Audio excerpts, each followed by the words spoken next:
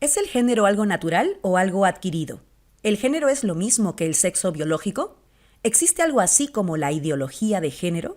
¿A qué le temen quienes reaccionan contra la perspectiva de género en las escuelas? ¿Qué son los estereotipos de género? ¿Alguna o alguno de nosotros puede escapar de los roles asignados por estos estereotipos? ¿Qué tanto te toca a ti la palabra género? Soy Laura Arroyo y esto es La Batalla de las Palabras.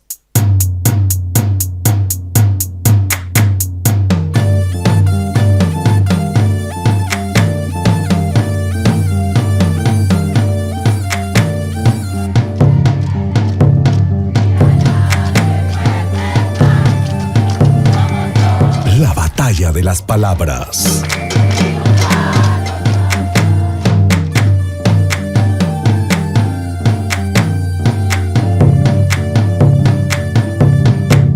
Género.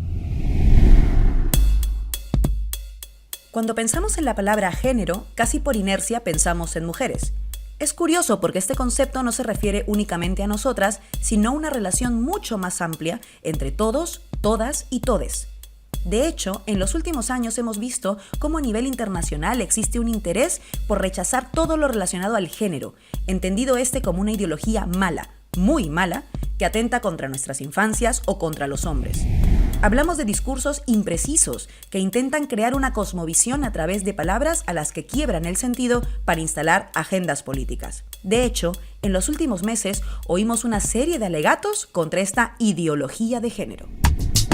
La ideología de género es una nociva ideología que pretende redefinir aquello que ya fue establecido por la naturaleza de nuestra especie humana. Somos cerca de 2 millones de personas, padres de familia, que estamos en contra de esta ideología. Y todos marchamos con un solo objetivo, que es pedirle al gobierno que retire la ideología de género del Estado peruano, empezando por el Ministerio de Educación, particularmente el currículo. Revisaremos también los contenidos de los textos educativos y asimismo eliminaremos la mal llamada ideología de género.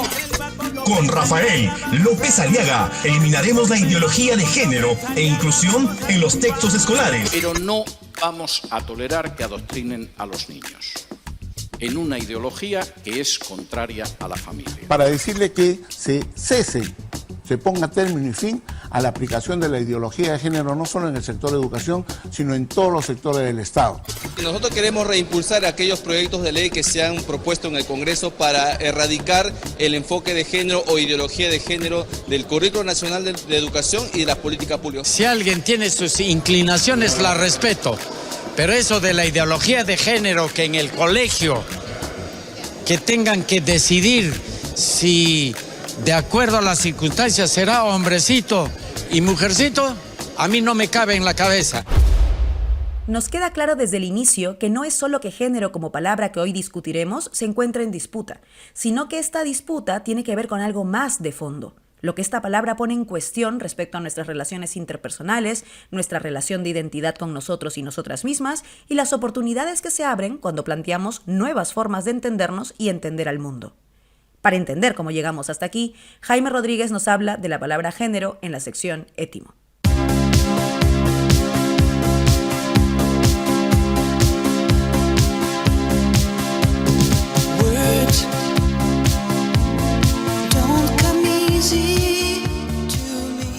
Hoy vamos a hablar de dos palabras, género e ideología. Perdón por el binarismo. Género viene del latín genus, estirpe, linaje, nacimiento o tipo natural de algo. Génesis, generación, primogénito, engendrar y por supuesto género son pues palabras hermanas. Y es curioso, pero la primera definición de género que proporciona la RAE no se refiere al sexo ni a la biología, y simplemente la define como el conjunto de seres que tiene uno o varios caracteres comunes. La tercera definición de la RAE, de la que vamos a hablar a lo largo del programa, de hecho excluye el componente biológico. Género, grupo al que pertenecen los seres humanos de cada sexo, entendido desde un punto de vista sociocultural en lugar de exclusivamente biológico. La RAE, esos progres. Ideología es aún más fácil. Ideas más logos, el estudio de las ideas. Pero fuera de su etimología podríamos decir que una ideología es un conjunto orgánico de ideas que caracteriza el pensamiento de una persona, colectividad o grupo cultural o político. La ideología y el género pues poco tienen que ver, y juntarlas de mala manera produce confusión y esperpento.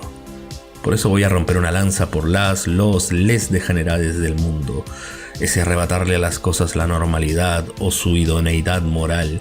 ¿Qué quieren que les diga? Me resulta fascinante. La literatura, por ejemplo, es mucho más interesante cuanto más degenerada. Vallejo era un degenerado, Huidobro un pervertido, Manuel Puig una aberración.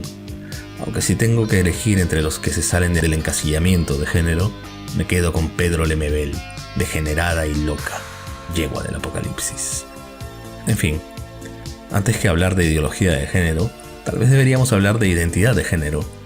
La identidad de género no es más que la manera en que cada individuo elige o decide suscribirse a un colectivo en cuyas características se siente representado.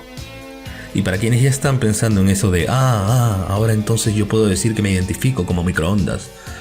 Sí, claro, puedes hacerlo, allá tú.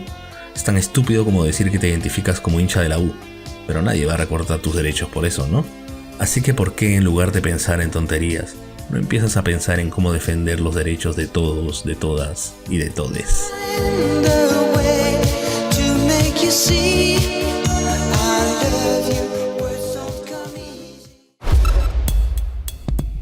Empecemos la travesía por la palabra género con una filósofa estadounidense que es reconocida como una de las voces más influyentes en la teoría de género a nivel mundial, Judith Butler. Ella nos habla del género performativo. We act as if that being of a man or that being of a woman is actually an internal reality or something that's simply true about us, a fact about us. Actually, it's a phenomenon that's being produced all the time and reproduced all the time. So to say gender is performative is to say that nobody really is a gender from the start. I know it's controversial, but that's my claim. Esta perspectiva es clave, pues lo que señala Butler es que el género constituye un fenómeno que producimos y reproducimos todo el tiempo, y eso nos permite entender que entonces nadie es de un género para empezar. Ni tú que nos oyes, ni yo que te hablo, nacimos con un género.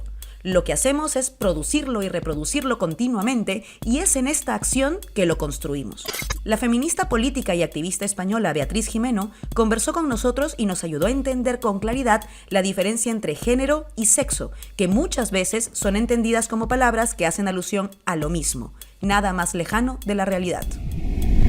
El concepto de género, que es central en la teoría feminista, define la idea de que lo que entendemos por lo femenino y lo masculino no tiene que ver con el sexo biológico, sino que es una construcción cultural. Designa las actitudes, características y roles esperados por la sociedad en niñas y niños a partir de esa primera identificación con su sexo biológico. Lo incluye todo, desde los comportamientos hasta la subjetividad. Sexo se refiere a los elementos biológicos y género a lo adquirido, a lo proveniente de la socialización, entendida esta en un sentido muy amplio. Además, la palabra género surge precisamente como un concepto político muy potente, porque introduce la idea de desnaturalizar todo aquello que ha servido históricamente para construir la desigualdad entre mujeres y hombres. Como señala Gimeno, la palabra género nos permite entender que no existe un carácter natural de nuestra condición de mujeres o de hombres o de diversidades en función del cómo nacemos. Y es esta concepción que se ha trabajado desde los feminismos y que constituye un importante paso que permite politizar la palabra género y desnaturalizar algo clave: la desigualdad entre hombres y mujeres. No hay nada natural en esa desigualdad. Hay quien puede pensar que entender que la desnaturalización de las desigualdades históricas no es una victoria o es un avance pequeño. Lo cierto es que este es uno de los grandes avances de los movimientos feministas a través de los tiempos. Lo explica mejor la escritora, antropóloga y activista feminista Rita Segato. Yo estoy en desacuerdo con eso, porque generar un concepto, una categoría como género, como les expliqué ayer, fue un gran esfuerzo en el pensamiento feminista. O sea, entender que hay algo que no es de la naturaleza, que no es un que no es una determinación. El género justamente, ¿no?, nos aparta de un pensamiento, de un cuerpo determinante, de una biología determinante. Por lo tanto, ahí se da un enorme paso.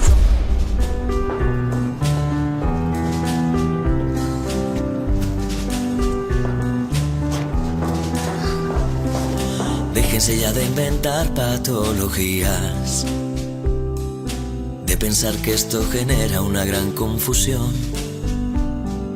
y negarle a una persona autonomía para que pueda ofrecerte su mejor versión.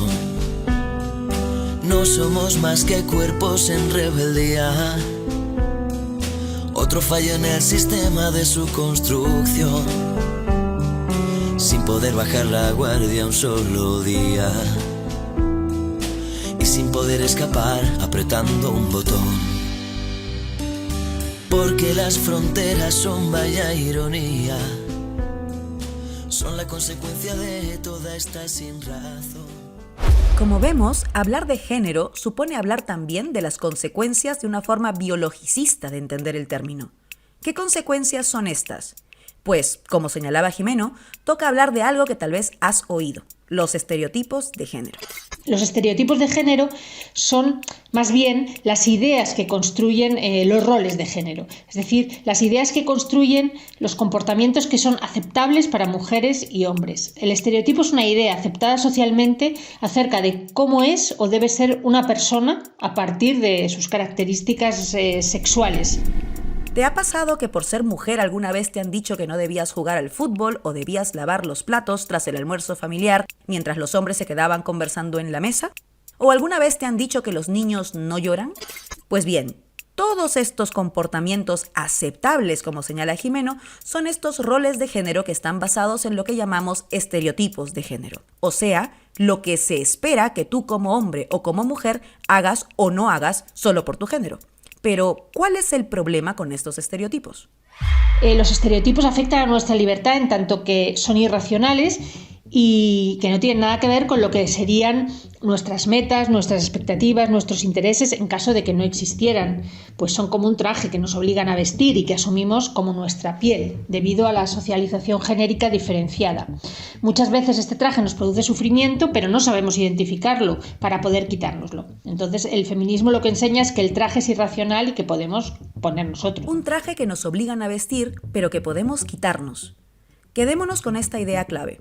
Al respecto, la directora de la organización Transformar, Maju Carrión, nos comenta sobre lo injusto que es que por estos estereotipos de género, las labores de cuidados, que son las que sostienen las sociedades, recaigan siempre sobre los hombros de las mujeres, casi de forma exclusiva. Imponer roles como, por ejemplo, el tema de los cuidados, ¿no?, que siempre son feminizados, siempre el rol de los cuidados recae sobre una mujer, o ya tanto puede ser una mujer cis como una mujer trans. Nosotras las mujeres trans también cuidamos, porque ese es el rol que se nos asigna en nuestras familias. Si es que nos aceptan, entonces bueno, te quedas en la casa pero cuida a tus hermanos, te quedas en la casa pero hazte cargo de tus papás porque tú no vas a tener hijos. Y eso es en el tema de las personas trans, ¿no? En el tema de las mujeres también es igual. O sea, naces mujer y ya obviamente que naciste para la cocina. No, o sea, no existe una igualdad en el tema de las tareas domésticas, ¿no? Y esto es pues algo que tenemos que también cambiar. Dentro de la sociedad se han impuesto estos roles, pero es obviamente que por un tema de el machismo imperante dentro de nuestras sociedades latinoamericanas. En efecto, la imposición de roles nos afecta a todas y a todos, a las mujeres por las responsabilidades que recaen exclusivamente sobre nosotras y a los hombres a los que se les impide, por citar un ejemplo, expresar su vulnerabilidad o incluso hacerse cargo al 100% de las labores de cuidados como la crianza de sus hijos. Pero vamos un paso más allá. ¿Cómo operan estos estereotipos de género? ¿Desde dónde se imponen? Nuevamente, Butler. There are institutional powers like psychiatric normalization, and there are informal kinds of practices like bullying, which try to keep us in our gendered place there's a real question for me about how such gender norms get established and policed, and what the best way is to disrupt them and to overcome the police function. It's my view that gender is culturally formed, but it's also a domain of agency or freedom. It's most important to resist the violence that is imposed by ideal gender norms, especially against those who are gender different, who are non-conforming in their gender presentation. Lo que Butler señala es que existen dos espacios desde donde se opera en la imposición y perpetuación de estos roles asignados por los estereotipos de género. Por un lado, poderes institucionales, como los centros que abordan psiquiátricamente lo que consideran un problema, que no es otra cosa que la reproducción personal de género de un individuo. Y por otro lado, el bullying del que son víctimas mujeres que no responden al estereotipo estético que se nos impone, o a los hombres que tampoco responden a ese estereotipo, es un dispositivo que opera como una vía de mantener a los individuos en su sitio. Ese sitio en el que ellos quieren situarnos. Injusto, ¿verdad? Estoy encerrado en un cuerpo de mujer y ya con 5 años me dijeron que eso no podía ser, que era la edad, que era normal, que se me pasaría al llegar a la pubertad, a la pubertad, a la pubertad, a la pubertad. Gasté mi energía sin intentar convencer que yo era lo que era y casi quería ser. Guardaba todas mis dudas para la soledad y delante de la gente aparentaba mucha seguridad, mucha seguridad, mucha seguridad, mucha seguridad. Y es que tengo ganas de romper esos esquemas, y es que tengo ganas de quemar las etiquetas, y ganas de volar y de ser libre, y ganas de poder sentirme como ser y sentirme. Y es que tengo ganas de romper los esquemas, y es que tengo ganas de quemar las etiquetas, y ganas de volar y de ser libre, y ganas de poder sentirme como solo yo quiero sentirme. Llegados a este punto, entendemos género como algo adquirido y no algo con lo que nacemos biológicamente, y como un ejercicio performativo, continuo y constante. Pero también vemos que los estereotipos de género operan como ese traje del que nos hablaba Jimeno, que a veces ni nos damos cuenta que tenemos puesto y que podemos quitarnos si lo queremos. La pregunta es, ¿cómo aprender a despojarnos de estos trajes impuestos? Pensemos, ¿cómo hace un niño o una niña para entender que no está obligado a actuar de determinada manera? A que le guste el fútbol y no las muñecas, a que pueda llorar si se cae y le duele, o a expresar su amor por sus amigos y amigas en la escuela. Pues hay una forma, la perspectiva de género.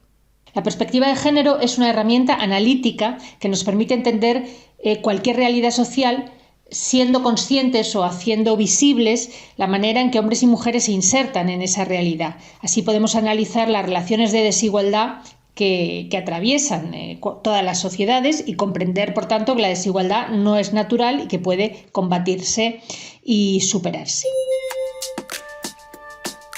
La perspectiva de género es fundamental en la educación desde temprana edad para que nuestros niños y niñas sean realmente libres. ¿Qué libertad pueden ejercer los individuos si no pueden decidir cómo quieren ser y cuál es su identidad? Sin embargo, quienes se consideran defensores de la familia atentan contra las infancias al impedir que la perspectiva de género se abra paso. De hecho, en Latinoamérica hemos visto una reacción furibunda contra la perspectiva de género en las escuelas. ¿Por qué una resistencia tan feroz a una forma de garantizar libertad, derechos e igualdad desde pequeños y pequeñas? En Perú, hace pocas semanas, se aprobó una ley que permite que los padres de familia controlen los textos escolares, pues estos padres dicen no quieren que se homosexualice a sus hijos.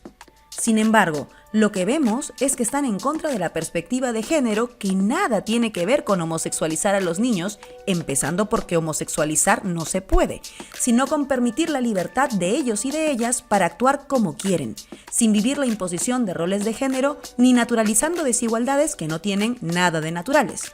¿Cuál es el riesgo de estas normas? Maju Carrión nos lo explica.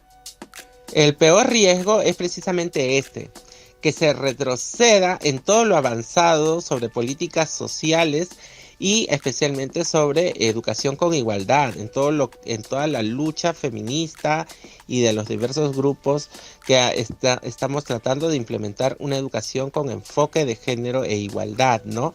La consecuencia será pues una nueva generación o más generaciones de niños educados en el machismo y obviamente con sus costumbres patriarcales que nunca van a dejar estos conceptos anacrónicos que tienen sobre la sexualidad y sobre el modo de vivir y sobre la identidad de género. Entonces siempre vamos a estar pues replicando esta sociedad machista y nunca podremos avanzar hacia una sociedad más igualitaria y democrática. Lamentablemente esa será la consecuencia. Pero no nos confundamos. La perspectiva de género no es una herramienta que se circunscribe únicamente a la educación. Es útil e importante en la educación, pero desde los feminismos se defiende que opere de forma transversal. Vale decir que en todos los espacios de la sociedad y de ejercicio del poder principalmente, la perspectiva de género esté presente. Por ejemplo, en el Poder Judicial, para acabar con las desigualdades en las sentencias, las condenas o la forma en que se trata a las mujeres víctimas de violencias. En los medios de comunicación, para que no exista una visión sexualizada de los cuerpos de las mujeres, discriminatoria de las personas del colectivo LGTBI o perpetuadora de los roles de género impuestos.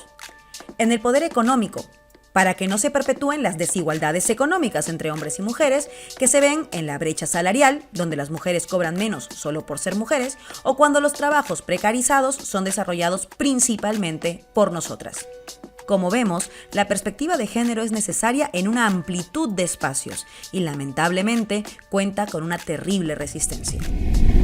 Y las resistencias a aplicarla tienen que ver con que es una herramienta feminista que efectivamente pone el foco en la desigualdad, que la muestra y que ayuda a combatirla.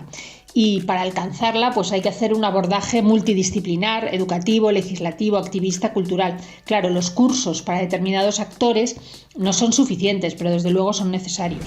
Países, los nuestros, América Latina, en los cuales la raza no está nombrada. O sea, no podemos hablar del tema género sin hablar del tema racismo, no podemos hablar de nuestros temas feministas sin hablar de la cuestión de la raza y del racismo. El feminismo que no habla del racismo es un feminismo, como dije ayer, blanco, institucional, acomodado, eurocéntrico, que no se sitúa en nuestro horizonte, que no se sitúa en nuestro medio, que no se sitúa donde realmente estamos, que no mira alrededor de nuestra realidad como ella es, que piensa que está en Europa, que piensa que es posible pensar las cuestiones de la mujer como si no estuviéramos aquí, y no es posible.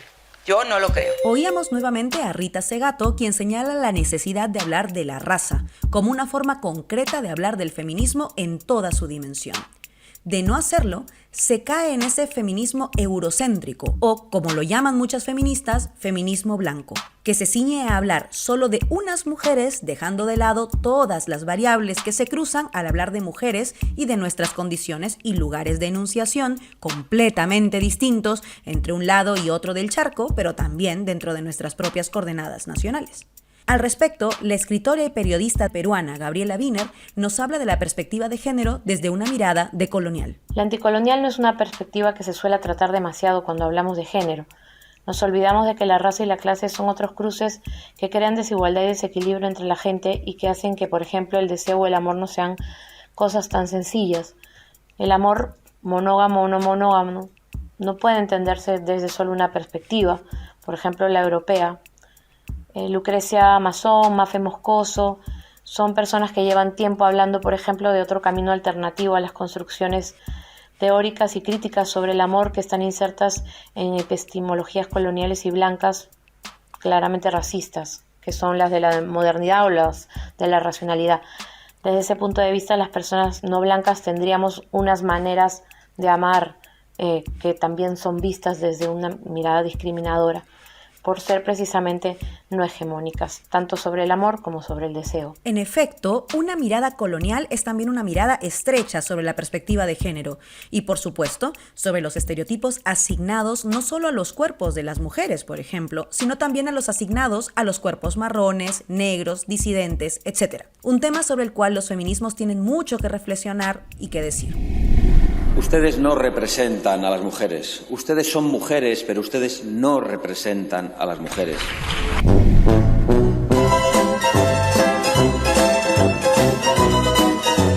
Hablemos ahora del gran elefante en la sala. Desde el ala del frente, de los que consideran al feminismo un problema, de los que llaman feminazi a quienes piden igualdad en derechos y oportunidades, de los que se oponen a la perspectiva de género en las escuelas, pero también en otros espacios sociales y políticos, acuñan un rótulo que oímos hace mucho: la ideología de género.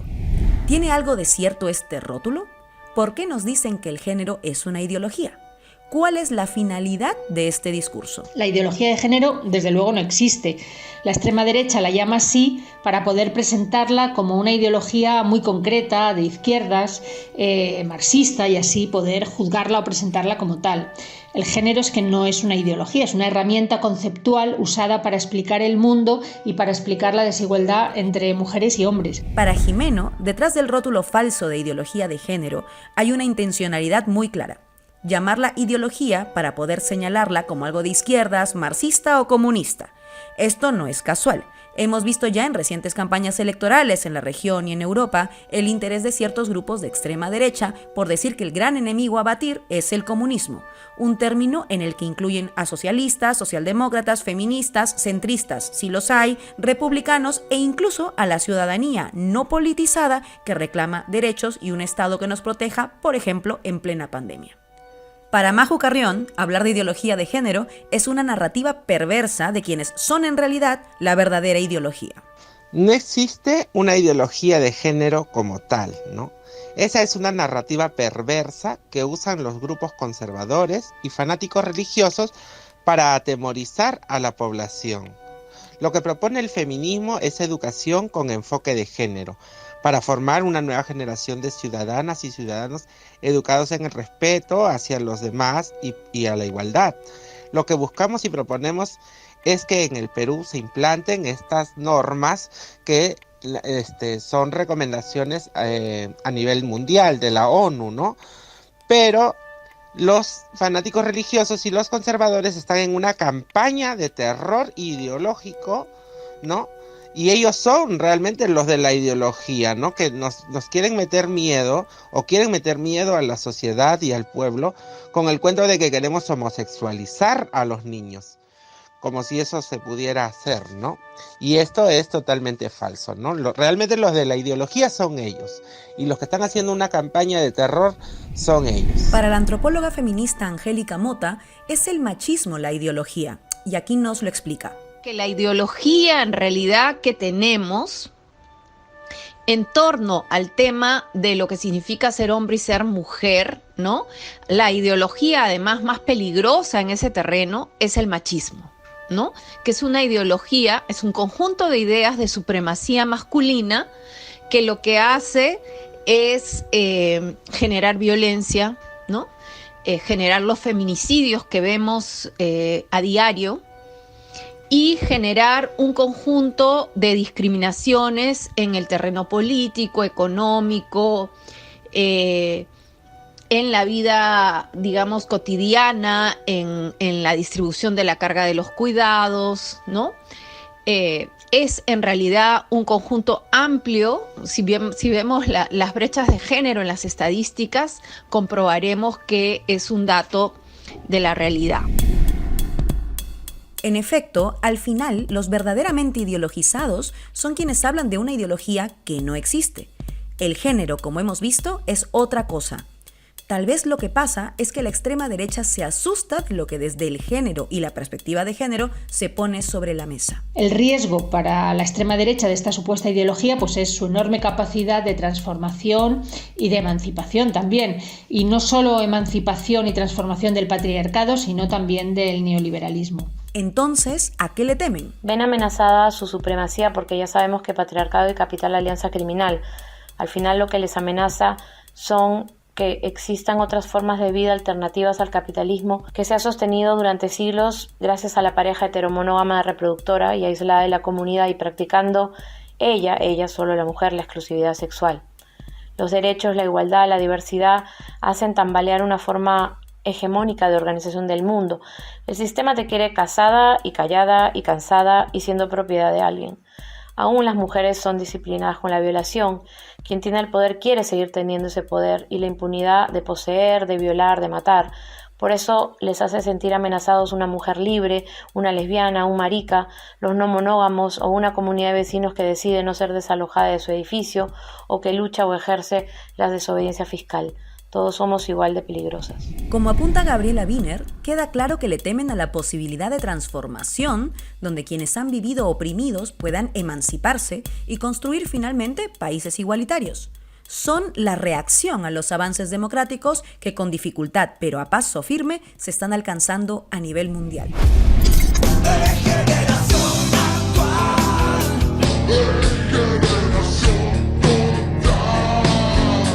En una reciente entrevista, Beatriz Gimeno habló de una herida en la subjetividad masculina producida por el feminismo.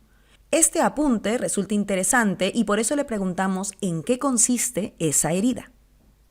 Bueno, en los últimos 50 años la combinación de feminismo y neoliberalismo ha contribuido a arrebatar a grandes masas de población masculina y blanca un espacio que les confería un sentido de identidad personal. El feminismo ha venido a decirles a los hombres que no son los reyes y eso les ha destronado, ha habido un descentramiento, ¿no? Se ha puesto en cuestión sus privilegios que conforman precisamente la subjetividad masculina desde siempre. Decirles que no son más importantes que las mujeres, que no valen más, pues es una herida en la manera en que los hombres se construyen en el patriarcado.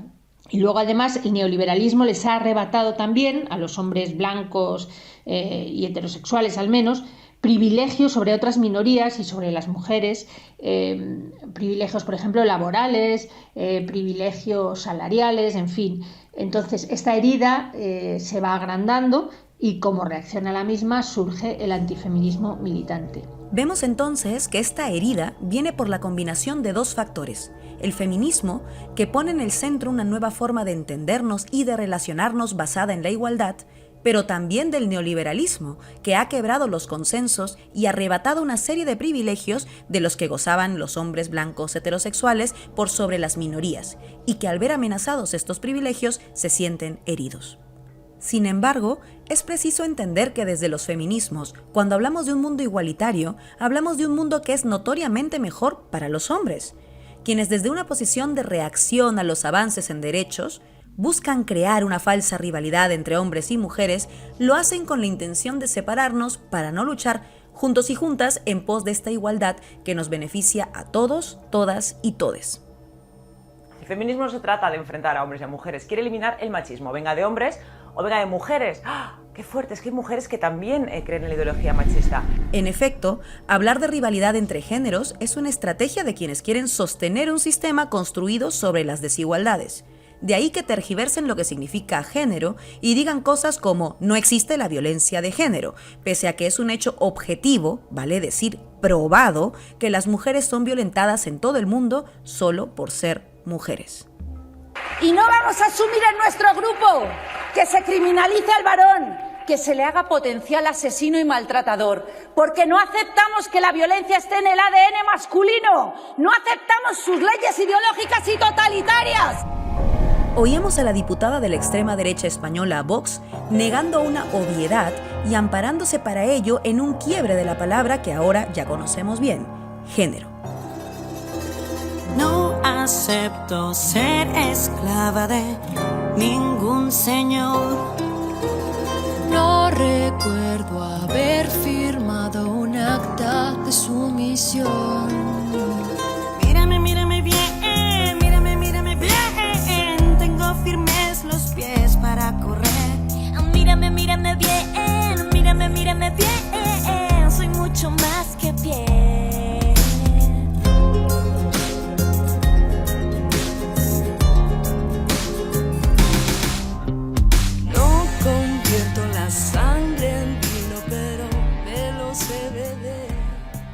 Vamos llegando al final de este episodio y no podíamos evitar preguntar a Beatriz Gimeno por una frase que oímos mucho y que tiene que ver con la igualdad y con la forma en que a veces se quiere ridiculizar el feminismo equiparándolo con el machismo.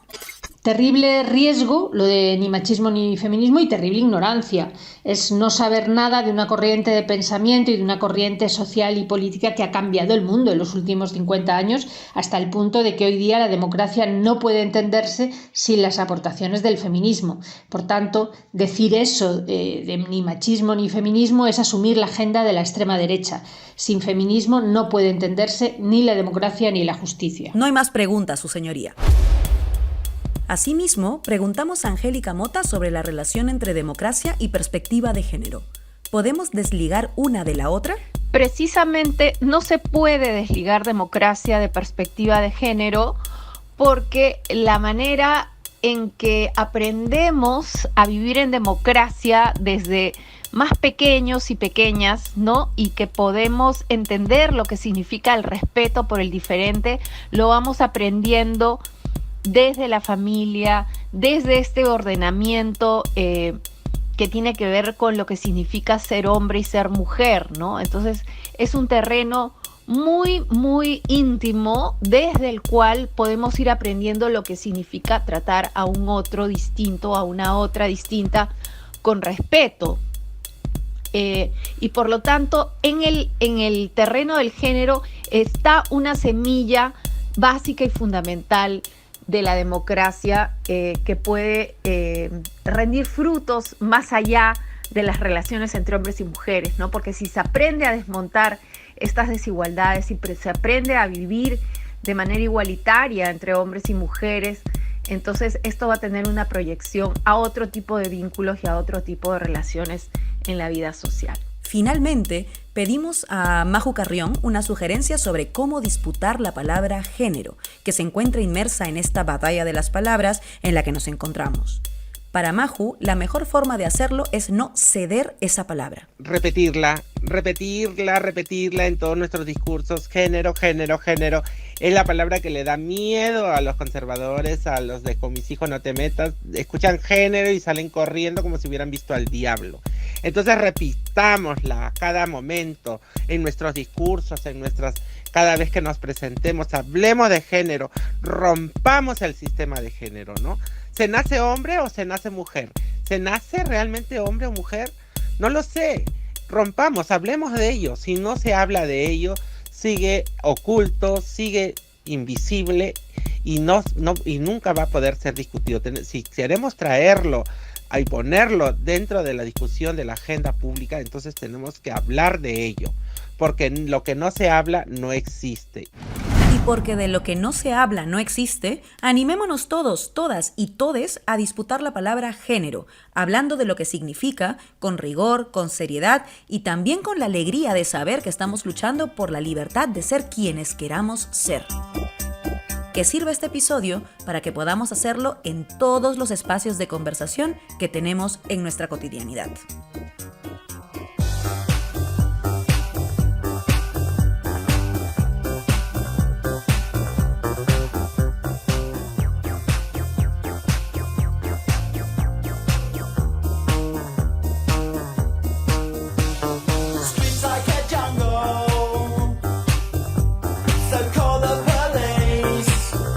La Batalla de las Palabras es un podcast producido por Nuestra América TV con el apoyo de la Tindad. En la producción ejecutiva está Carlos Bedoya. En el sonido, Fernando Echevarría. En la coordinación, Omar Olivares. Y en las redes sociales, Cristian Peralta. En la producción, Jaime Rodríguez. Yo soy Laura Arroyo y nos escuchamos la próxima semana para seguir buscando la palabra justa. Boys who like boys, who be girls, who do boys like